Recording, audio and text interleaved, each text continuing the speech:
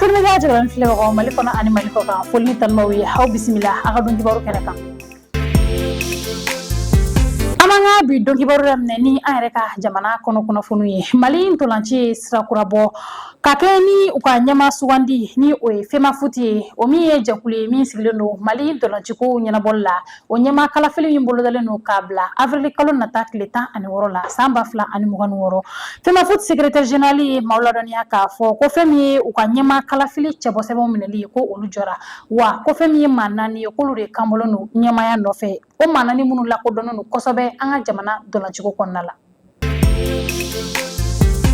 ameta Nigeria aliko dangote ka taji lamayoro mimbe Nigeria dugukolo kan olu yira ka fɔ ko abe wati damado bɔ ko olu de kɔni bɛ ka taji ta ni ka di farafina jamana caman ma kabini l'Amérique jamana ni Israel fo ka taa bila Irana olu ka mankanw daminɛna o jamana ninnu dɔ ye Côte d'Ivoire, Cameroun, Tanzanie, Ghana fo ka taa se Togo jamana ma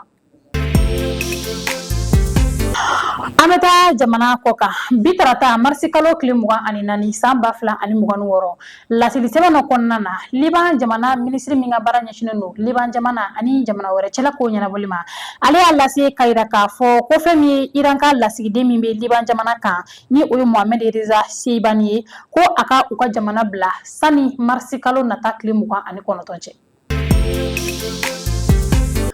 ameta Allemagne kanga bi donki baro kunche bitarata marsi kalo kile mugan ani nani samba fla ani mugan woro Allemagne jamana nyama Frank Walter ya nyini Europe jamana fe ko uka fere bela jelenke yasa ka usrilen bo États-Unis jamana ula marama fen kota fanfe ayra ka fo ko o wale ami na cheka jugun kosobe wa ko lagoshi bare do kanyeshi uma